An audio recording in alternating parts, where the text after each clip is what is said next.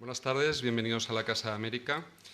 Quería darles la bienvenida a nuestro ciclo de conmemoraciones históricas que hoy va a tratar un aniversario que celebramos en el año 2015, que es el 450 aniversario del Galeón de Manila.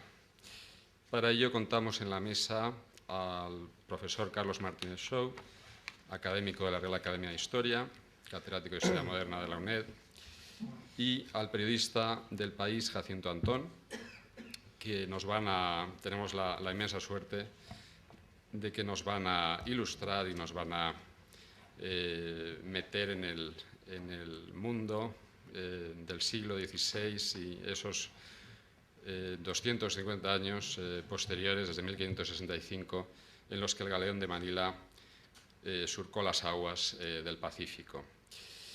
Quería también saludar, entre el público se encuentra José Manuel Ramírez Arrazola, que es el secretario del Pleno de la Comisión Nacional para las Conmemoraciones de la Nueva España. Bienvenido.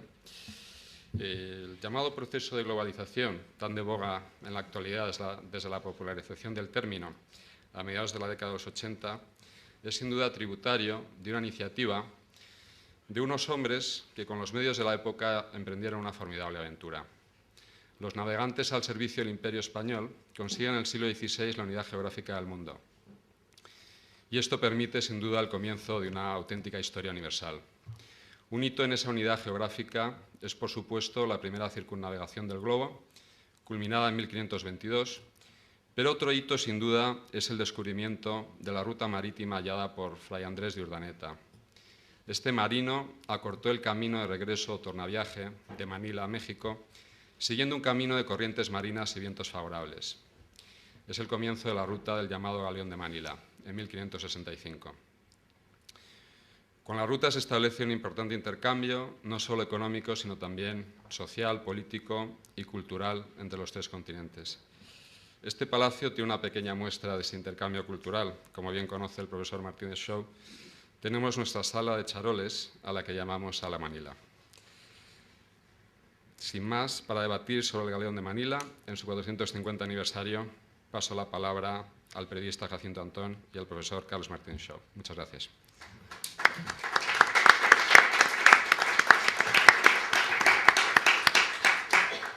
Pues muchas gracias por la presentación, muchas gracias de nuevo a la Casa de América por acogerme una vez más. De hecho, ya no sé, ya he perdido la cuenta de las veces que he tenido la suerte de estar aquí en esta casa memorable. Y la última vez pues tuve la fortuna de encontrarme con esa sorpresa extraordinaria de que aquí se custodia una sala de charoles, una sala chinesca que ha recibido el nombre y muy bien puesto, de Sala Manila.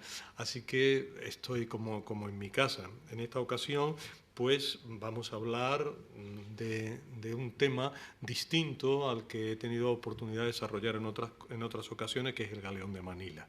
En esta ocasión, además, Amparo García Estebarán me ha dicho que haga una sucinta introducción para situar cómo es el Galeón de Manila, pero que queríamos tener más bien una especie de conversación entre mi querido amigo Jacinto Antón, que también hace ya muchos años, con el que hace ya muchos años me une una gran amistad, y que ese sería el formato, en lugar de ser una lección, así como se dice antiguamente, lección magistral, hablando yo solamente aquí, ex cátedra, a capella. No, vamos a hacer hoy por lo menos un dueto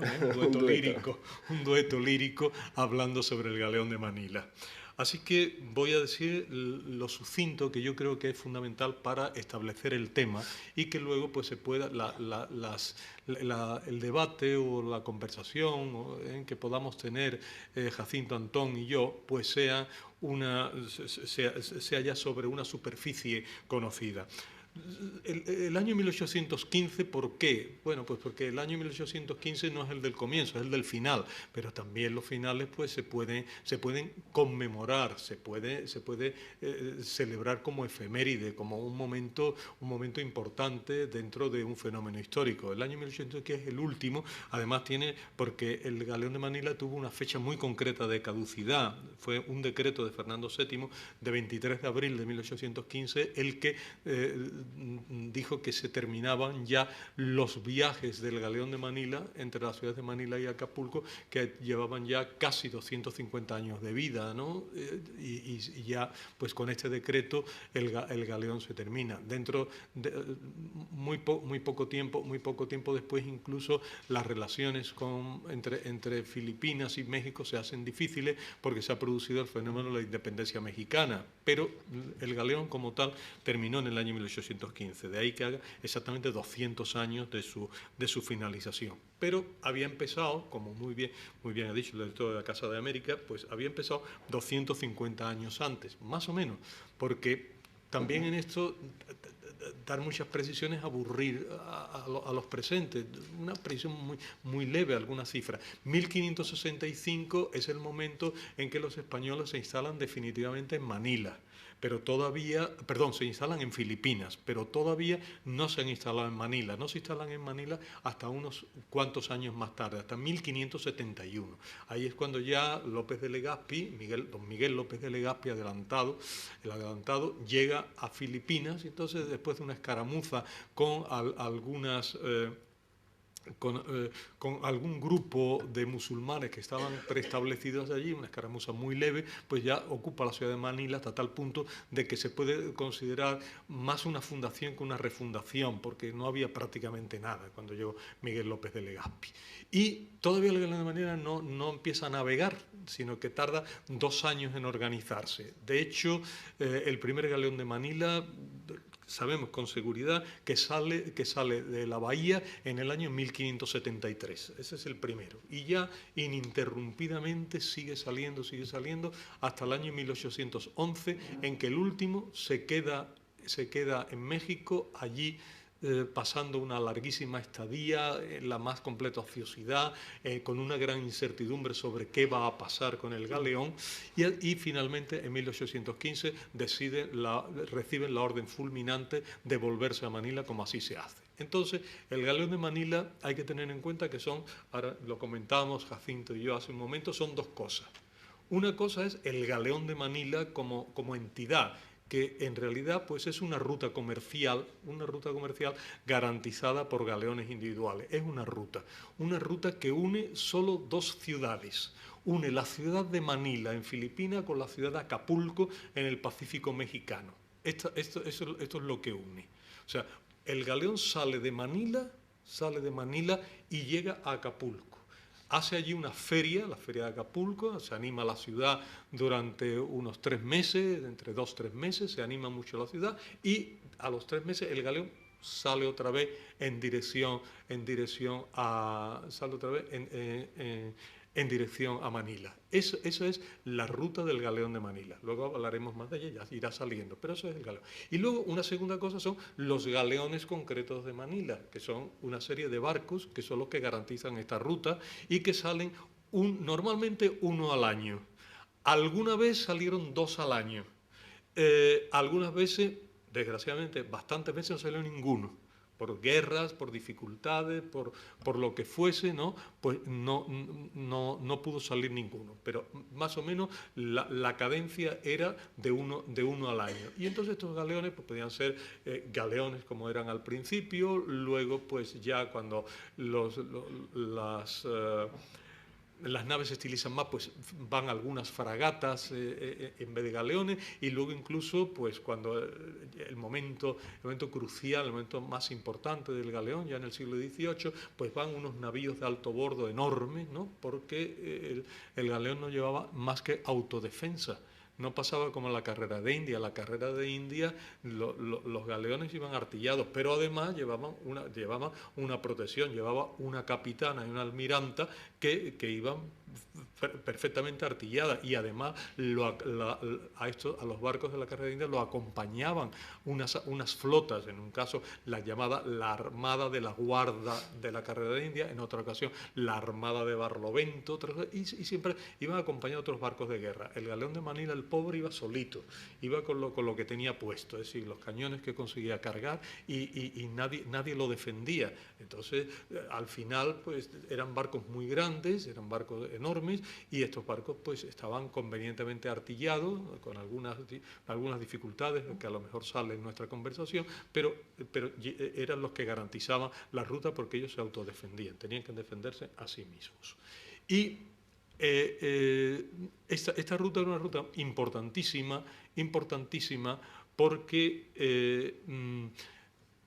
conectaba de alguna forma pues todas las grandes producciones de Asia con América y desde América con España.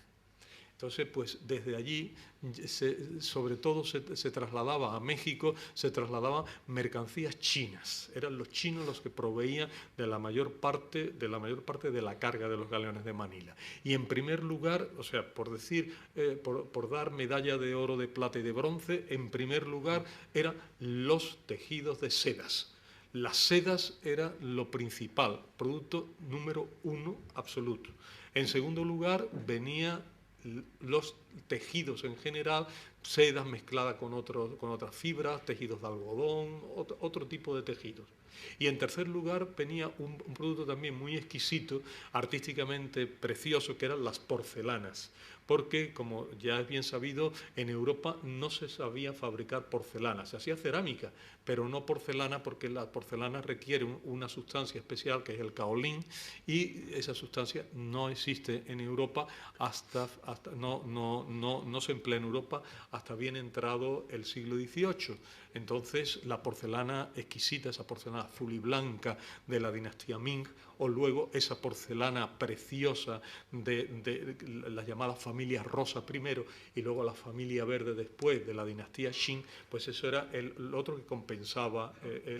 Había muchos más productos, pero ya en todo caso, para no extenderme más en esta presentación, ya irá saliendo en nuestra conversación. Y para terminar, a cambio de eso, ¿qué se daba? ¿Qué se recibía en México? Pues había, siempre lo digo porque es una frase muy divertida, ¿no?, que se acuñó en el propio siglo XVI ya, dice, de México a Filipinas nada más que va frailes y plata.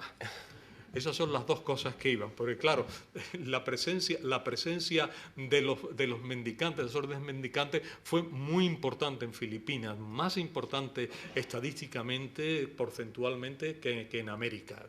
Estos eran, pues, naturalmente, dominicos, franciscanos, agustinos, eran las tres grandes órdenes mendicantes, para no seguir hablando más. Luego se unirían más, luego habría carmelitas y luego habría jesuitas, que no son mendicantes, obviamente, y tal, pero bueno, las tres primeras órdenes, las tres que lleva la voz cantante, son dominicos, franciscanos y agustinos. Esos eran los frailes que decía ese dicho popular, ¿no?, para terminar pronto sobre qué se mandaba. Y el otro era la plata. El otro era la plata, porque las minas de México pues producían una enorme cantidad de plata, y la plata se convirtió en ese espacio en el gran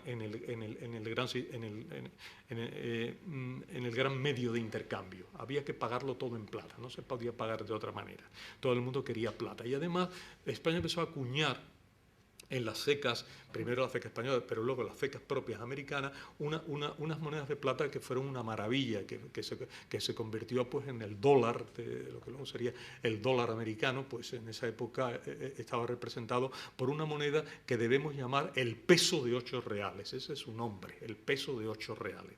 Pero también aquí, para complicar las cosas, se le daba habitualmente, comúnmente, el nombre de el real de A8, lo cual complica muchas cosas, porque un peso de 8 reales se llama el real de A8, un término extrañísimo, ¿no?, muy raro, ¿no?, llamarle así, pero es lo que aparece en la documentación, lo que la gente decía, ¿no?, yo quiero que me paguen en reales de A8, y en realidad eran pesos de 8 reales. Bueno, pues esta era la moneda, y esta moneda fue capaz, ¿no?, de garantizar todos los intercambios que se hicieron en el área del Pacífico. Un área en el que convergen en el siglo XVI las dos grandes naciones ibéricas. Convergen por un lado el Reino de Portugal y por otro lado convergen la monarquía hispánica o monarquía española compuesta cuando llegan a Filipinas bajo Felipe II, compuesta pues esencialmente de los 4 estados soberanos de la Corona de Aragón, del Reino de Navarra y del Reino de Castilla. Castilla, Navarra y la corona de Aragón, que estaba dividida en los reinos de Valencia, Mallorca y Aragón, y el Principado Soberano de Cataluña. Estos eran las dos grandes entidades políticas que van a garantizar eso que un historiador francés que ya nos dejó, pero que ha tenido una importancia crucial en estos estudios, que se llamaba Pierre Chonu. Pues Pierre Chonu llamó a este espacio Le Pacifique des Ibériques, el Pacífico de los Ibéricos, porque realmente hasta que no entra a principios del siglo XVII holandeses y más tarde ingleses, esto está totalmente dominado por españoles y portugueses. Y ellos con la moneda de plata fundamentalmente mexicana, aunque también hubo alguna aportación peruana, pero fundamentalmente mexicana, garantizaron todos los intercambios y movilizaron enormemente este espacio. Naturalmente, si la ruta portuguesa nacía en Lisboa y moría en Japón, y si la ruta española nacía en Sevilla y moría en Manila, eso significaba que en el sentido de los paralelos se había producido un enlace perfecto de todo el globo terráqueo, y a eso es a lo que podemos llamar con absoluta normalidad la primera globalización. Hoy que hablamos de globalización, pues la primera globalización fue esencialmente una globalización ibérica, y el galeón de Manila pues tuvo una importancia fundamental esencialmente porque proveyó a esa primera globalización de un elemento fundamental, que es el gran catalizador de la primera globalización, que es la plata americana. La plata española, como se decía en la época, la plata española es la que garantiza absolutamente la posibilidad de esa primera globalización. Ya con esto creo que tenemos una idea del espacio en que nos movemos, y ya no quiero que nadie piense que yo tengo miedo de lo que me va a preguntar. Seguro que no. A ver, Carlos ha hecho esta explicación eruditísima sobre el galeón de Manila. Yo lo único que le decía es que yo lo único que le puedo aportar a esta explicación es intentar visualizar de alguna manera lo que hay más allá o más acá del relato científico y del relato histórico, ¿no? Que sería decir, bueno, el galeón de Manila fue una gran empresa económica, fue una gran empresa histórica, pero fue también una gran aventura. Y leyendo cosas sobre el galeón, que a mí es un tema que siempre me ha interesado, yo con gran sorpresa un día descubrí que el galeón de Manila no era un galeón, sino que era 100 y pico de barcos que hicieron de galeón de Manila. Y no solamente fueron galeones, como él muy bien ha explicado, sino que durante esos 200 años la evolución de la ingeniería naval, de la arquitectura naval, fue muy grande y fueron cambiando el tipo de barcos. Una cosa muy bonita de ver es cuando se siguen los nombres de los barcos que hicieron de galeón de Manila, ver cómo para trazar esa ruta se eligieron barcos y se crearon barcos que representaban lo más adelantado de la arquitectura naval de la época. O sea, también hubo una innovación en el aspecto naval, como también obligatoriamente lo hubo en el científico. O sea, esa ruta no se pudo hacer sin los descubrimientos científicos que propiciaron la época de los descubrimientos. Bueno, yo quería hablarles del tema de la aventura, de la gran aventura del galeón de Manila. Y el día me lo ha puesto de narices, porque esta mañana yo he salido de Barcelona pensando que iba a hacer un viaje tranquilísimo en AVE y me he encontrado con una aventura digna de las carabelas y de los galeones. He hecho cosas realmente indignas para llegar a estar con ustedes. He robado un bocadillo en el bar del tren, he quitado el asiento a una viejecita, he hecho todas las cosas que pueden imaginar para llegar hasta aquí de una pieza.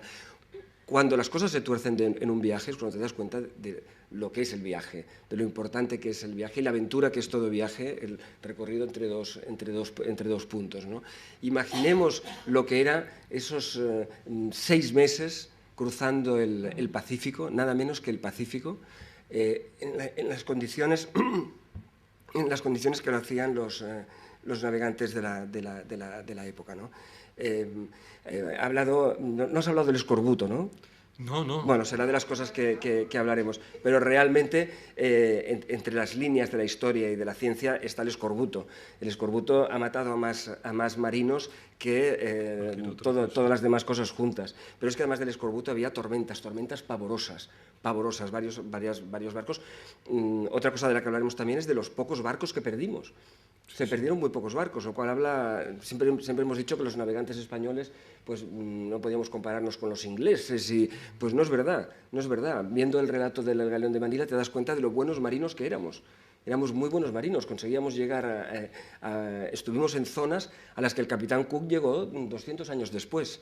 Otro de los temas que tenemos que hablar es que la ruta del galeón de Manila también significó una ruta de descubrimiento. Independientemente de que no era la función del galeón de Manila realizar descubrimientos geográficos, se descubrieron islas, se descubrieron lugares, incluso se dice que es posible que los españoles llegáramos a las Hawái antes que Cook, 200 años antes que Cook. Todo eso nos llena de bastante orgullo y nos anima bastante. Les decía tormentas, pero también había piratas. Finalmente nos encontramos con los piratas ingleses, los piratas holandeses, pero por ahí estaba Drake. Cazar el galeón de Manila era una de las grandes proezas que podía hacer un corsario o un pirata. Te significaba volverte rico para toda tu vida y tus descendientes, conseguir las riquezas del galeón de Manila. Una de las personas que cazaron el galeón de Manila fue George Hanson, uno de los grandes personajes que los que hayan leído a Patrick O'Brien saben de quién se trata, ¿no? Uno de los grandes marinos ingleses, que todos tenían algo de pirata, como sabemos. Hemos hablado de Urdaneta, Agustino, pero también monje, pero también, sobre todo, piloto. Era probablemente el mejor piloto de su época y de muchas épocas. Es el hombre que consiguió el viaje de vuelta desde las Filipinas, que significó poder hacer el viaje de ida y vuelta, claro, el retorno, ¿no?, de esto.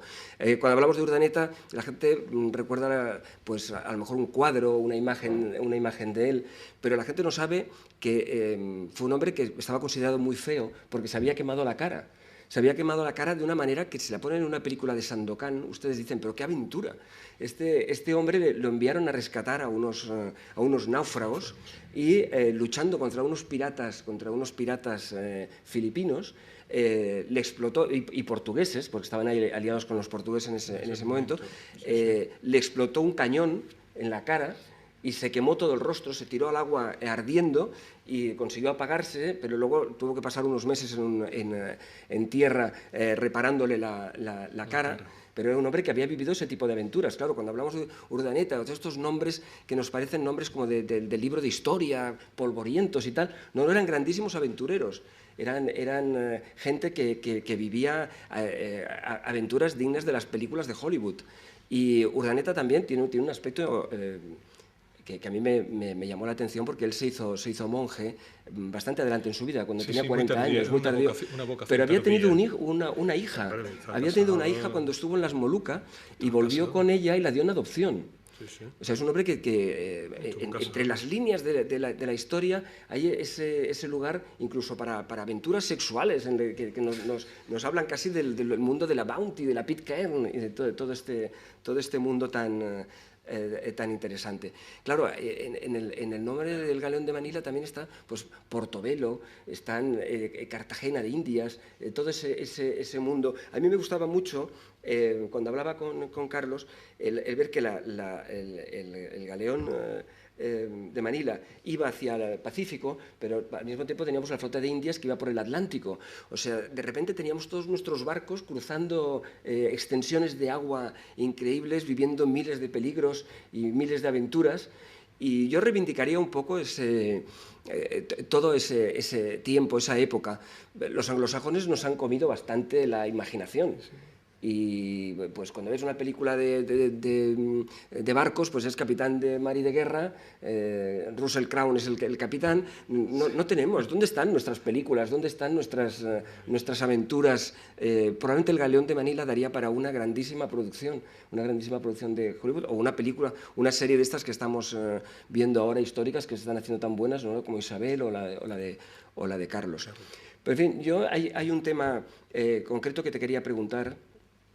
que es más de tema, si quieres, geopolítico, que es qué papel hizo el galeón de Manila para introducir a China en el mundo de la época. Porque hablamos mucho de Filipinas y esto, pero creo que tuvo un impacto, la plata mexicana tuvo un impacto tremendo en la economía china y de alguna manera fue lo que le permitió dar el salto a China en ese momento. Y también la alimentación, todos los diferentes productos que llegaban desde América se introdujeron en China y cambiaron bastante la dieta de los chinos. O sea, son elementos que quizá se nos escapan a veces, pero que el impacto tremendo que tuvo el galeón en China, ¿no? Sí, sí. Sí, la verdad es que aquí, si empezamos a hablar de Galeón, como muy bien ha dicho Jacinto, nos podríamos llevar toda la noche y no parábamos porque los temas son inconmensurables, son enormes, así que no tiene uno que restringirse porque todo lo que ha dicho, cada cosa de por sí ya es un objeto que se puede desplegar, ¿no? Como infinitamente como las galaxias, ¿no? A velocidades siderales. Pues bien, solamente la precisión de Andrés de Urdaneta está bien, siempre se dice Fray Andrés de Urdaneta, pero en realidad Andrés de Urdaneta es un descubridor, un conquistador, un hombre casado, un hombre que tiene una vida normal y que al final de sus años, ¿no? Pues se mete a monje, se mete a fraile agustino en el último año. Entonces es fray Agustín, pero fray Andrés de Urdaneta, monje agustino, pero muy al final de sus días, efectivamente. Nada más, él era un hombre que tenía una gran capacidad de reflexión, tenía un gran empirismo en matemáticas y en astronomía, sabía muchísimas cosas y sabía enlazar esas cosas, ¿no? En un momento en que todavía no se ha producido la revolución científica, pero él sabía mucho. Eso está claro. Y efectivamente la navegación española en este momento es una navegación verdaderamente sorprendente. Es más, los mejores libros de navegación que se escriben en el siglo XVI son libros de navegación españoles. Por eso se ha dicho, y con justicia, ¿no?, que los navegantes europeos del siglo XVI aprendieron a navegar leyendo libros españoles. Y eso es totalmente cierto porque los grandes libros de Pedro de Medina, Martín de Cortés, fueron los que lo leyeron todos y de ahí empezaron a sacar las primeras evidencias para una navegación por los astros, una navegación que era un poco empírica, que no tenía todavía unos referentes muy claros. De hecho, se establecía la latitud, pero no se podía establecer la longitud hasta bien entrado el siglo XVIII. En fin, que se navegaba un poco como se podía. Y efectivamente, el tornaviaje el que hace, y ya enlazo con China, el tornaviaje que descubre Andrés de Urdaneta, el hombre de Ordicia, pues es efectivamente lo que posibilita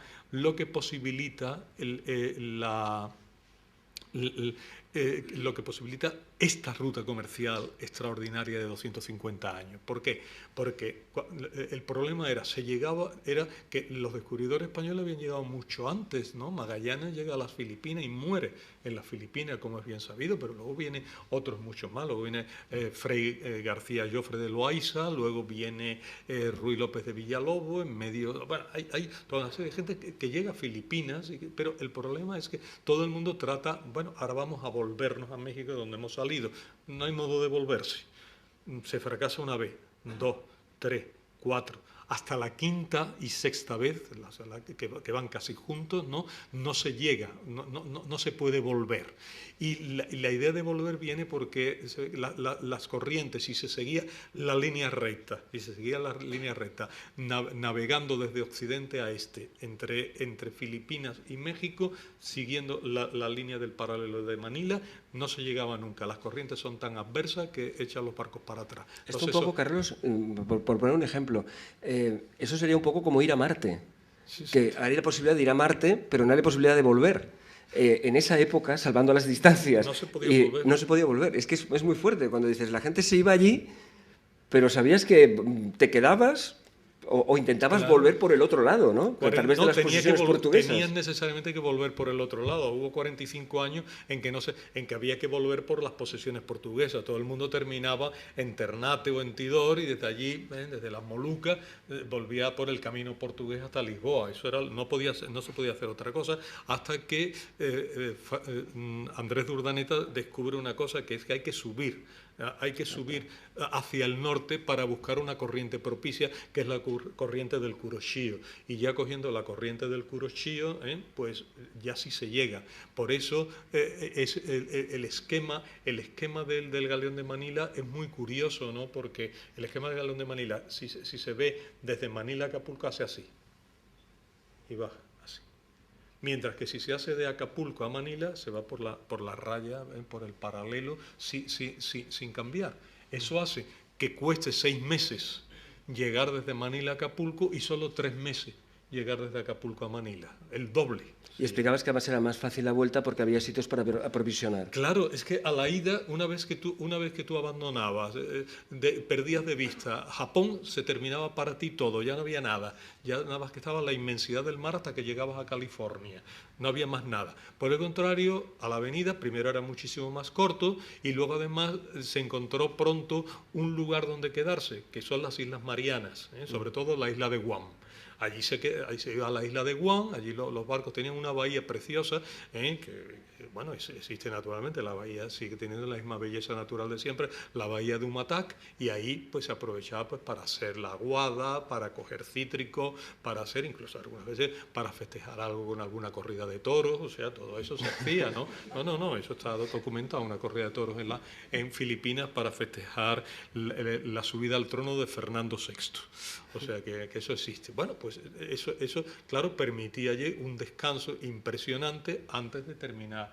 Por lo tanto, el viaje de vuelta siempre era mucho más grato que el terrorífico viaje de ida, así que era mucho más fácil volver. Bueno, ¿cómo se mete a China en esto? Bueno, pues Filipinas producía una serie de cosas, tenía unas producciones que interesaban muy poco en México, interesaban muy poco en España, y los españoles no sabían sacarle producto a aquello. No había especias, no había lo que entonces movía el mundo, que era la pimienta, el clavo, la nuez moscada. Eran las Molucas. Estaban en las Molucas, pero eran portuguesas, así que no había nada de eso y no se podía comerciar con eso. Había que buscar otras cosas. Entonces, ¿qué se buscaba? Pues los de Ilocos fabricaban unas mantas, otros fabricaban unos productos alimenticios que no podían llegar a México, otros hacían, en fin, hacían objetos de marfil, pero con eso no se montaba nada.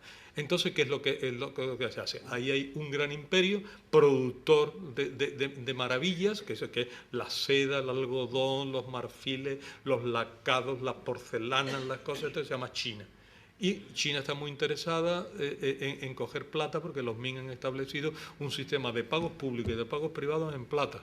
¿Y esa plata de dónde venía? Pues hasta que no llegan los españoles venía del Japón, que era la productora de plata para la zona, pero cuando llegan los españoles la plata es mucho más abundante, mucho más barata, mucho más fácil y ya está. Entonces los chinos empiezan inmediatamente, en el año 72, ya está Manila llena de chinos, chinos a los que se le llama un nombre que parece que significa comerciantes, ¿no? Que son los angleyes. Entonces estos angleyes se instalan allí en un lugar particular que todavía se conserva en la ciudad vieja de Manila, que es el Parián de Manila. Allí se establecen y allá empiezan los cambios. Entonces esta gente traen dos tipos de cosas. Traen una serie de mercancías que van a servir para el mantenimiento de la población. Es decir, pues se trae arroz, se trae naranjas, se trae toda una serie de productos alimenticios, se traen cosas de textiles para vestirse y para tal, se traen objetos de uso cotidiano. Eso es para el consumo de Manila y los alrededores. Pero segundo lugar, se traen los grandes productos que van a crear el comercio internacional. Por lo tanto, se puede decir que las Filipinas españolas introducen a China dentro del comercio internacional. Y en eso, pues, tú lo acabas de decir y yo lo único que hago es corroborarlo. Incorporan a China. Me sé un detalle, de los pocos detalles así de contabilidad que sé, es que la plata en relación con el patrón oro en las colonias en Nuevo México es 12:1. Y en China, en la China de los Ming, es 4:1. 4:1. lo cual quiere decir que la plata es muchísimo más valiosa y con plata compras lo que quieras en China. Que eso fue el gran chollo, o sea, se encontraron el gran bazar chino los españoles en China.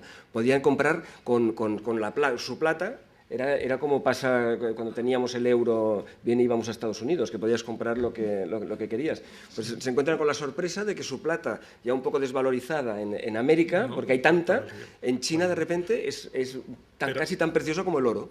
Tenía lo que se llamaba un premio. Exacto. Se llamaba, en la terminología de la época, la plata en China tenía un premio sobre lo que valía en México, evidentemente, donde era muchísimo más fácil obtenerla y donde además estaba al lado del lugar de producción. Entonces, mientras más cerca del lugar de producción, más barata; mientras más lejos, más cara, ¿no? La velocidad de circulación de la moneda, además, también la encarece. Así que, claro, el hecho de que como se ha dicho, ¿no?, China fuera una bomba absorbente de plata, era como absorbía la plata, era como un agujero negro que absorbía toda la energía de la plata española, fue un enorme beneficio para poder mantener el galeón de Manila. Era como un gran agujero negro en el que todo lo absorbía, ¿no? En el horizonte de sucesos, ¿no? Pues se metía adentro y allí se quedaba en China. Carlos, y culturalmente, porque hablamos de mercancías, sí, hablamos de la porcelana, hablamos de los alimentos, hablamos de todo, de las sedas, pero culturalmente, ¿qué significó el contacto entre España y China? ¿Qué recibimos nosotros y qué recibieron ellos en esa época? Tú acabas de mencionar una cosa que es fundamental, que es que hay también una globalización alimenticia y que eso se produce en China de una forma galopante y acelerada a lo largo de estos siglos de comercio con los españoles, ¿no? Y efectivamente entra cantidad de productos, entra la batata, entra el tabaco, entra el cacahuete, entra, bueno, una enorme cantidad de productos entran en China y empiezan a cultivarse en China hasta tal punto que hoy parece que fueran productos autóctonos chinos, ¿no? Cuando en realidad no lo son. Ahora mismo hay un equipo que está trabajando no en China, sino en Taiwán, que está trabajando justamente sobre intentando medir la aclimatación de los productos americanos en China. Todo un grupo de investigación en dos universidades taiwanesas, ¿no? para medir esto con mayor precisión de lo que hasta ahora se ha hecho, porque sobre esto solo ahora se está empezando a trabajar en serio. Hace 10 años que empieza a trabajarse para tratar de medir esto. Sabemos algunos fenómenos globales, ¿no?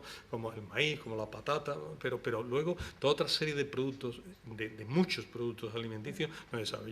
Yo empezaba siempre sobre la primera globalización, empezaba contando una anécdota, ¿no? Que me ocurrió en un congreso en Leiden, en los Países Bajos, ¿no? En Leiden, pues, es un congreso en el que estábamos hablando justamente de estas transferencias, de estos intercambios, tal. Bueno, pues entonces nos vamos todos los europeos, llega la hora de comer y resulta que nos dan una comida tailandesa, y bueno, vamos a comer comida thai, que es lo que hay hoy para todos los congresistas, comida thai. Pero la comida thai está fundamentalmente, la que nos dieron, y una gran parte de la cocina thai está hecha a base de una salsa que todo el mundo conoce, bueno, muchos conocen, que se llama la salsa saté. La salsa saté está hecha estrictamente con el cacahuete mexicano, el cacahuatla mexicano. O sea que y ahí es un fenómeno de globalización. Unos europeos que estábamos allí en Europa, estábamos comiendo en una cocina asiática, pero cuyo componente fundamental era un producto americano que había sido trasladado allí. Digo, esta es la globalización perfecta, ¿no? Pues esto ocurrió. Y ellos, o sea, China dio, pues, primero dio productos concretos, es decir, sobre todo sedas que inundaron el mercado sedero. Es la gran controversia económica del siglo XVIII español es que qué pasa con la seda, ¿no? Porque la seda china era infinitamente más barata y, claro, se cargaba, a pesar de las distancias, se cargaba completamente a las sederías españolas, a Valencia, Granada, Sevilla. Eso desaparecía con esta seda. Y, en segundo lugar, esa porcelana que en Europa no existía, pues que era un producto maravilloso, pues la porcelana venía. Luego se eso le añadía que traían alfombras persas, que traían lacados japoneses y todo eso, pues era una invasión de productos. Pero, en segundo lugar, trasladan a Europa el gusto por el arte chino y empieza la copia, ¿no?, del arte chino con esa palabra que se puso de moda en francés, que es la chinoiserie, que nosotros siempre decimos chinoiserie porque es una palabra de origen francés y se puso de moda. Nosotros deberíamos hablarla, y ya de hecho también se utiliza la palabra castellana, la DRAE, el diccionario de la Real Academia Española lo reconoce, la chinería.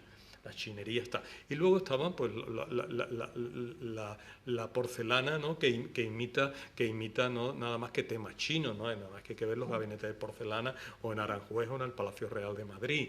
Luego están las boiseries, o sea, todas las maderas, ¿no?, que llenan las habitaciones. Esas maderas pues tienen todos temas chinos y esas maderas ya, los temas se copian en China y aquí se fabrican. O sea, en Madrid ya había fábricas de charoles en el siglo XVIII perfectamente, ya no digamos en Inglaterra, donde abundaban de una manera tremenda, ¿no? Esos charoles pues son imitación, o sea que todo eso está. Luego pues en filosofía, en eso hay nada más que algunas figuraciones, la figura del sabio chino, pero más bien eso entra dentro de la mentalidad colectiva que nosotros tuvimos influencia, porque la verdad es que en este momento se ha producido en Europa la revolución científica, es decir, por decirlo de alguna forma, han nacido Copérnico, Galileo y Newton, y con Copérnico, Galileo y Newton ya no se puede competir en nada. Y entonces, en ciencia, ya los chinos no nos pueden dar nada. Nos lo habían dado en la Edad Media a través de los árabes, pero ellos ya no tienen nada que dar. Son los europeos los que dan ciencia europea a los chinos y los que le llevan toda esta ciencia, ¿no?, de estos 100 años maravillosos que va desde 1543 con Copérnico hasta 1665 con Newton. Estos 100 años de gloria para la ciencia europea. Y eso, o sea, que en ese aspecto también se lleva mucho más allí. Y luego está pues el choque espiritual, ¿no?, el concepto europeo de Dios, el concepto cristiano de Dios no existe son los antepasados. No hay trascendencia, ¿no? Dios no existe. Entonces, claro, se le lleva a un Dios que es trascendente, que vive no se sabe dónde, en unas alturas tal y cual, resulta una cosa incomprensible y solamente, ¿no?, pues en algunos ámbitos en que pudo convertirse la figura de Jesucristo en la figura del Buda Amida, sobre todo en Japón, pues hubo una cristiandad importante, una cristiandad de volumen considerable. Los demás sitios no. Y además, para colmo, ¿no?, pues todos los intentos de introducir el cristianismo bajo fórmulas confucianas, que fue lo que hicieron estos grandes genios como Matteo Ricci, pues fracasaron porque fueron boicoteados desde Europa, ¿no? Todas las órdenes y Roma, toda la Iglesia Católica boicoteó por completo eso porque se consideró idolatría y por lo tanto que no se podía rendir culto rendir homenaje respetuoso ni a los antepasados ni estas cosas. Y entonces se condenaron los ritos chinos, los ritos malabares y se acabó esta posibilidad, y entonces al final cada civilización ha mantenido sus respectivos sistemas de creencias, ¿no? Porque hablar el budismo, el confucianismo, el taoísmo de religión es inexacto. Bueno, es completamente falso en el caso del confucianismo y del taoísmo y casi también completamente falso en el caso del budismo. Oye, el galeón de Manila de alguna manera significa la cumplimentación del sueño de Colón. Es decir, claro, de repente Colón quería eso. Claro. Lo que pasa es que nos encontramos América en medio y realmente fue el galeón de Manila el que llegó a Catay, ¿no? Porque creo que además al principio no se identificaba Catay con China. O sea, pasó un tiempo hasta que se dijeron, esto es Catay, estamos comerciando con Catay, finalmente estamos haciendo lo que era el sueño de la época, que era a través por el otro lado llegar a Oriente, ¿no? Sí. No tengo nada que añadir a esto, sino esto es absolutamente así, ¿no? Absolutamente así. Siempre, ¿no?, los países mágicos, ¿no?, el Zipango y el Catay, que luego decía que el Zipango podía ser Japón y Catay era China, ¿no? Pues eso, efectivamente Colón no pudo, estuvo hasta el último momento, ¿no?, en su cuarto viaje, que es un viaje trágico, desesperado, digno de una tragedia de Shakespeare, ¿no? El escribir ese cuarto viaje alucinante, alucinado de Colón por la costa de la América Central, ¿no? Intentando encontrar el canal de Panamá o un canal en Nicaragua que le permitiera realmente ya ir al Catay y al Zipango, pues se va a hacer realidad primero gracias a Vasco Núñez de Balboa, que es el que va a encontrar un modo de llegar por tierra en 4 días, pero es el que llega a la Bahía de San Miguel, y entonces llega a la Bahía de San Miguel porque llega el día de San Miguel, ¿no? El 29 de septiembre. Entonces llega allí el 29 de septiembre del año 13 y ya establece la posibilidad de seguir navegando hacia allá. Cuando los españoles ya se establecen en Filipinas y desde allí se establece contacto tanto con el Zipango como con el Catay, el sueño de Colón se ha hecho realidad, aunque sea 60 años después de la muerte del almirante. Y la arqueología nos ha dado uno de los galeones de Manila, ¿no? Por lo menos el San Diego. Ahí tenemos una gran parte. El San Diego es una historia con todas sus, muy bonita. Sus miles de cosas, nos permite visualizar cómo era realmente, materialmente, un galeón de Manila, ¿no? Sí. El descubrimiento del San Diego ha sido providencial, porque ha habido la inmensa suerte de que el galeón se hundiera al lado de la bahía de Manila, ¿no? Esto siempre decir, la suerte de que se hundiera parece una para los 300 que se ahogaron no fue mucho. Por eso digo, es una paradoja, ¿no? Eso me recuerda a la paradoja que decía el gran historiador italiano Carlo Ginzburg, ¿no? Del queso y los gusanos. Sobre Menocchio en El queso y los gusanos, ¿no? Que dice, bueno, Menocchio ha tenido tanta fama y eso, ¿no? Porque fue quemado por la Inquisición, fue quemado vivo por la Inquisición. No todo el mundo tuvo esa suerte y por lo tanto no se pudo hacer tan famoso. Eso dice Carlo Ginzburg con mucho sentido del humor. Pues esto se puede aplicar al galeón de Manila. El galeón de Manila luchó a las órdenes de Alonso de Morga, ¿no? Que era un bachiller por Osuna, ¿no? Pues la ciudad andaluza de Osuna. Pues allí este hombre fue oidor y en un momento dado, aunque no había gobernador, lo cual ha pasado con mucha frecuencia, que claro, entre que un gobernador cesaba y llegaba el otro, pues habían pasado 2 años y entonces se moría en medio a lo mejor o lo que fuese, o ya estaba en México, y siempre pues había una autoridad, algunas veces el arzobispo, otras veces un oidor de la audiencia, o lo que sea, que tomaba el mando. Antonio de Morga era oidor de la audiencia y tomó el mando. Entonces, cuando viene el ataque contra la ciudad de Manila, él sale con lo único que tiene, que es un galeón de Manila y un pequeño patache, el San Bartolomé, que lo acompaña. Y el galeón de San Diego mantiene una lucha tremenda contra los holandeses. Y hunde al barco insignia holandés. Ganan la batalla totalmente. El buque insignia se hunde y los otros se escapan.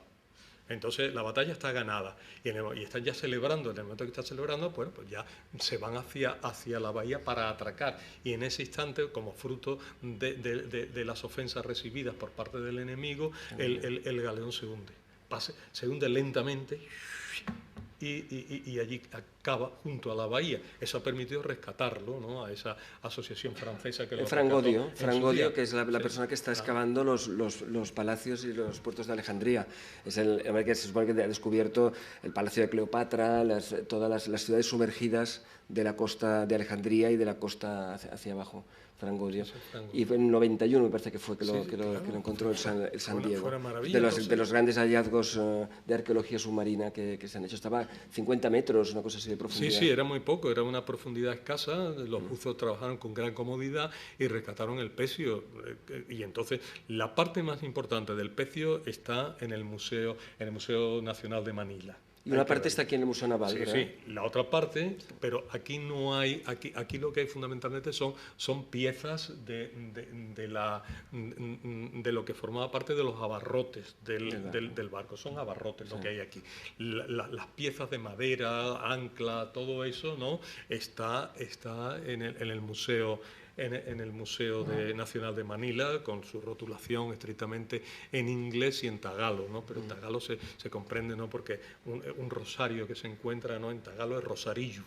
Así rosarillo. Que es fácil de averiguar. ¿Podría ser el rosario o los restos de la hija de Lola Flores?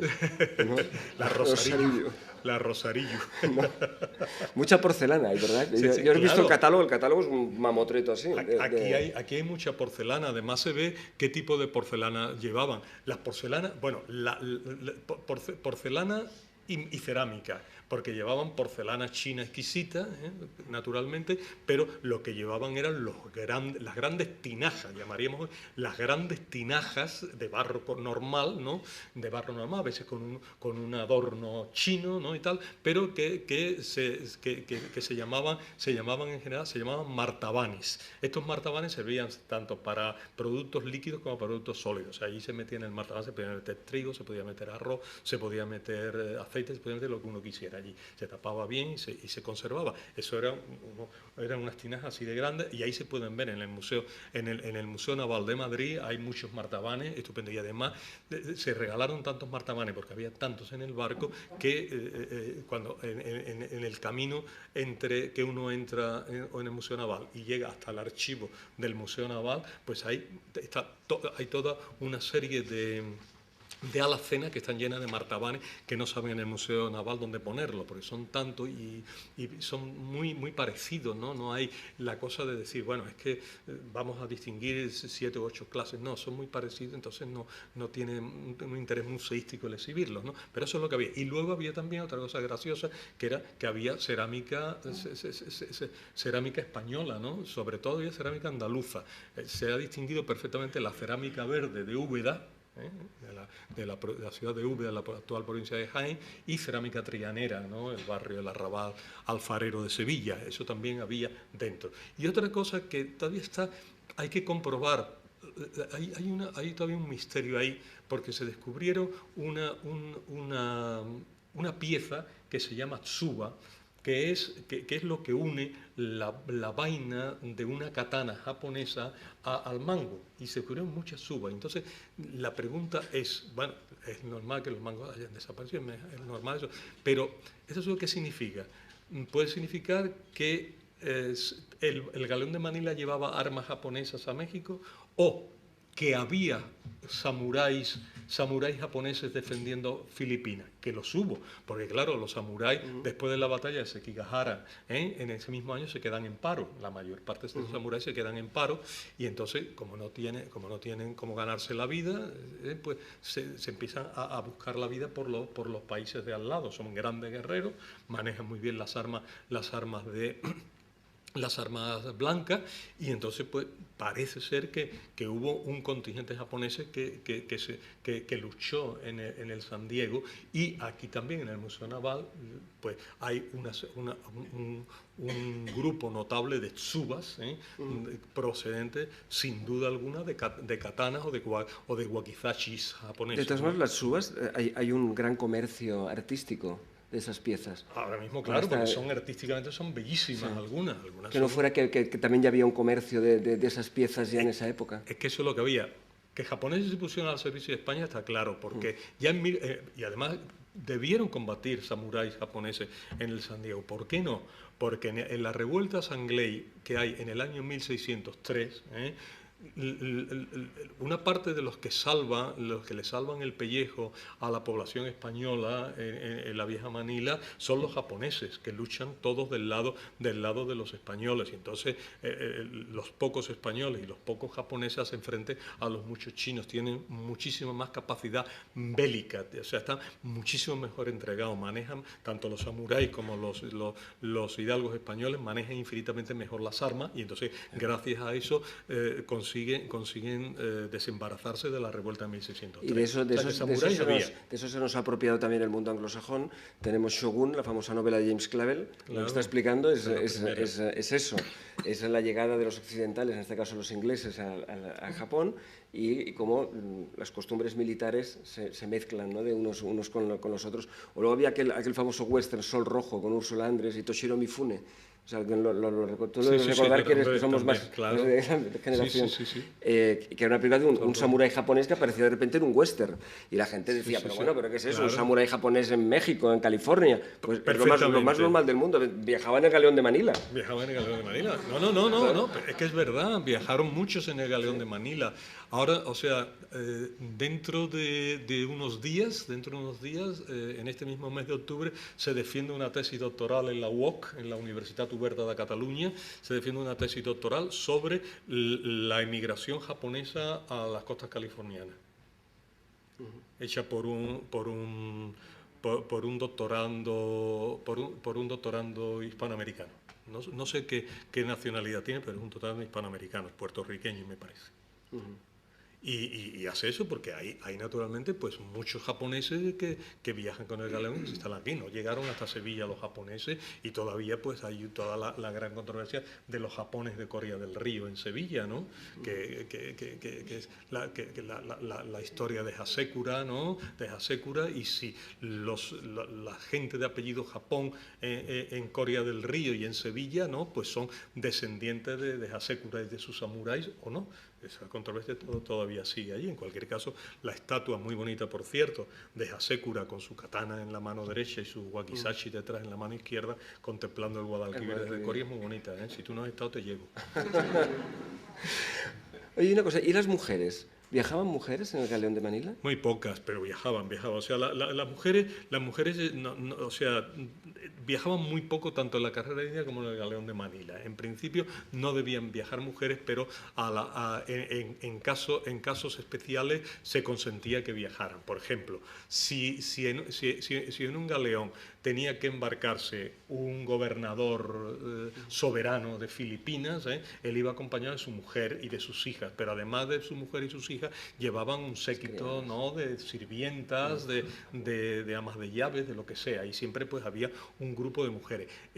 A veces pues un capitán del barco pues también tenía la autorización de llevar a su esposa consigo. Había autorizaciones, siempre hubo. Por lo tanto, hubo siempre un contingente pequeño de mujeres en los barcos que tenían un tratamiento distinguido, ¿no? de separación de sexo, del lugar especial para ella, todo un poco separado para evitar lo que entonces se llamaba la promiscuidad. Y entonces, debía ser complejo, 6 meses. Sí, 6 meses. Que eran 300 hombres y viajaban. Sí, aproximadamente, o sea, vamos a ver, un galeón normal debía llevar en torno entre pasajeros y tripulación en torno a 600 personas.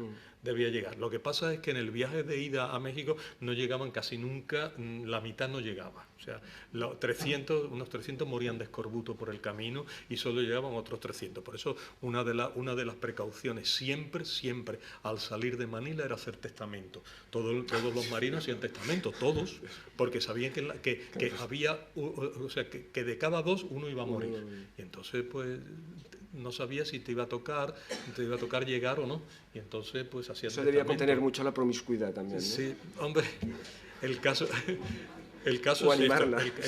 es este que claro, era eso, más o menos eso, son 600 y más o menos eran 300. Eso era, en los barcos ingleses había un castigo que estaba muy contemplado, era muy formalizado, que era el castigo por sodomía con cabra.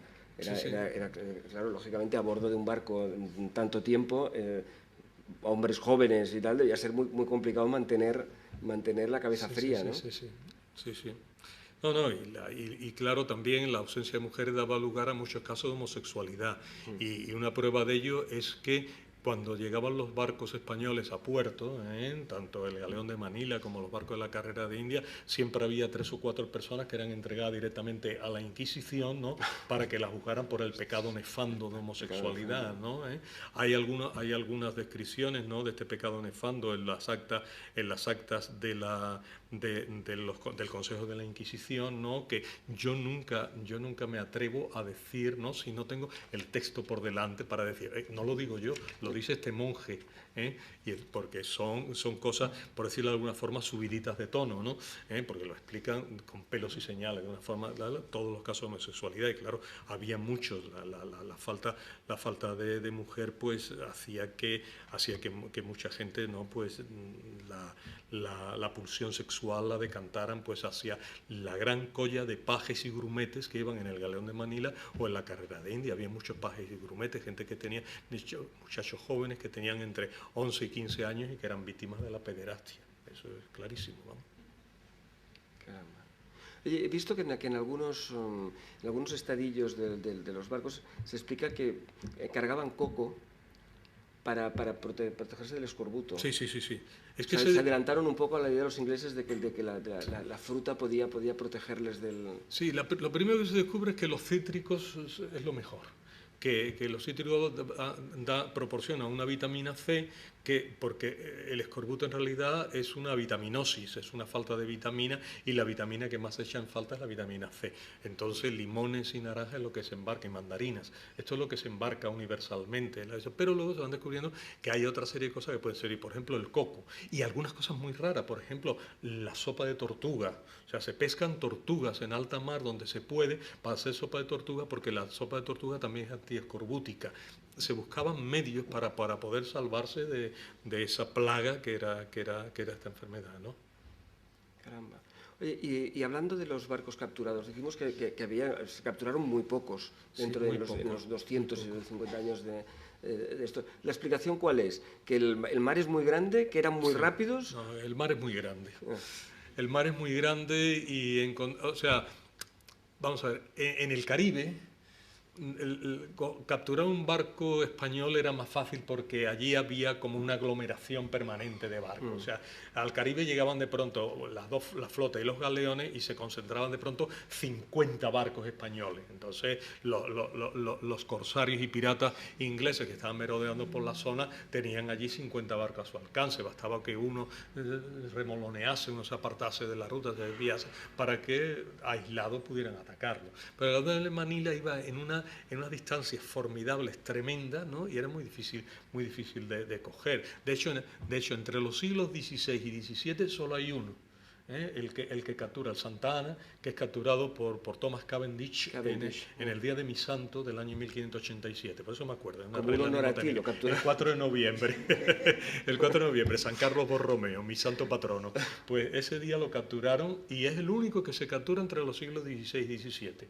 Luego tú te has referido muy bien, ¿no?, a George Janson, ¿no?, que captura la Santísima Trinidad, y que además esta gente tenía un interés muy materialista, ¿no?, muy rápido. Él capturó la Santísima Trinidad no para hundirla ni eso, sino se sacó toda la plata que tenía la Santísima Trinidad, se la subió a su barco y luego llegó el barco de remolque hasta Macao y se lo vendió a los portugueses. Y se deshizo de Santísima Trinidad y en Macao se lo vendió a los portugueses. Negocio redondo. Negocio redondo, o sea, se quedó con todo lo que contenía y luego el barco también lo comerció y lo vendió en Macao. O sea, eso lo hizo George Janson. Y luego hubo otros dos más, el de Butch Rogers, ¿no?, en 1709, y luego pues el Covadonga. Son 4 barcos nada más, pero los holandeses, por ejemplo, a pesar de todo lo que quisieron, nunca pudieron obtener una victoria sobre los españoles en ese sentido, porque las dos grandes batallas que se conocen en navales entre españoles y holandeses se sustanciaron a favor de los españoles. Una la acabas tú de mencionar, que es la del Galeón San Diego en el año 1600. La otra gran batalla, que esa se comenta muy poco y los portugueses comentan más, es la defensa española de la ciudad portuguesa de Macao. En 1622, 3 barcos holandeses arremeten contra Macao en el río Las Perlas, se meten dentro e intentan. Pero entonces, desde las fortalezas de protección, habían instalado una artillería exquisita a los jesuitas, que son los únicos que sabían manejar los cañones, y gracias a los jesuitas Macao se defendió. O sea, los jesuitas hicieron una verdadera matanza de holandeses, no importa porque eran herejes y no tenían alma. Tenía incluso su propio mérito, ¿no?, al ser herejes. Así que ellos manejaron toda la artillería. Pero cuando ya estaba la cosa a punto o sea, a pesar de eso, los holandeses eran muchos y habían desembarcado. El capitán Ruijffing había desembarcado ya una cantidad de gente, centenares de holandeses. En ese instante llega un barco español con 2 compañías de soldados, y este barco español con 2 compañías de soldados asusta terriblemente a los holandeses, porque no sabe cuántos son, ni quiénes vienen, ni qué pasa. Y entonces este susto hace que se dé orden de retirada en un momento en que era propicio para tomar Macao. Se da orden de retirada. Las 2 compañías españolas desembarcan, derrotan totalmente a los holandeses desembarcados, y la flota, temiendo que llegara una gran flota procedente de Manila, se retira. Y es la gran batalla del 24 de marzo de 1622, que sin embargo no, pues se atribuye siempre a la victoria a los solos portugueses, ¿eh? Y en realidad fueron los jesuitas, que no era una orden portuguesa, sino que estaba constituida por portugueses, italianos y españoles esencialmente, y luego por las dos compañías de soldados españoles y el efecto sorpresa que causó la llegada por retaguardia de la flota, ¿no? O sea que los holandeses en ese sentido no consiguieron la única victoria que obtuvieron fue en Formosa. Ahí sí, ahí el último fuerte que le quedaba a España, que era el fuerte de Gilón, ahí sí, ahí hubo que rendirlo, ¿no? En una batalla que se dio en el año 1650. Ahí hubo que rendirlo y entonces España salió de Formosa para siempre, ¿no? Pero bueno, eso no les aprovechó mucho, porque en el año 62, o sea, 12 años después de esta victoria sobre los españoles, que parecía que Formosa iba a ser ya siempre holandesa, llegaron los chinos.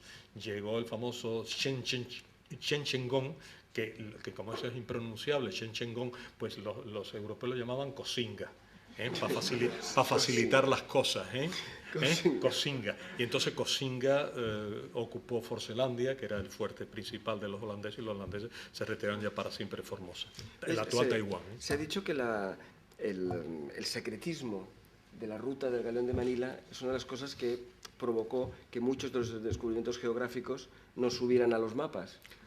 No solo eso, no subieran a los mapas, muchos más. O sea, quiero decir, el secretismo sobre la ruta se mantenía se mantenía por todas las potencias. Nadie quería que los otros supieran cuáles eran las rutas que se transitaban. Era una medida estratégica fundamental. Había que protegerse del enemigo. O sea que, claro, tú no comunicabas los resultados más que a tus compatriotas. El que no era compatriota tuyo estaba totalmente eliminado de la posibilidad de tener acceso a la información que tú obtenías. No podía tener información, y eso lo hacían el padrón. Para el caso de América, lo que se llamaba el padrón real, que se custodiaba en la casa de la Contratación de Sevilla, pues era un padrón inmenso, un mapa gigante que en una pared inmensa, y entonces allí se iban poniendo todos los viajes españoles, se iban caracterizando y tal. Pero eso era top secret. Ahí no podía entrar ni Dios a ver eso, ¿no? No se podía entrar para nada, ni se daba información absolutamente ninguna, porque era dar armas al enemigo. Y en el Galeón de Manila pasó igual, ¿no? Que se trató por todos los medios de que nadie supiera qué ruta hacía. Pero claro, los ingleses astutamente sabían que había un sitio por el cual había que pasar obligatoriamente, que era la salida del canal de San Bernardino. Y entonces allí acudían al canal de San Bernardino para intentar capturar. Luego ya el resto de la ruta ya no la sabían. ¿Allí no hay una isla que se llama San Jacinto? ¿No hay un sitio que se llama San Jacinto? Sí, tu santo patrón está allí. Pues habla de Carlos Borromeo. Además, claro, tú también tienes que sacar el tuyo, es lógico. Justificar mi presencia. El gran santo dominico, además.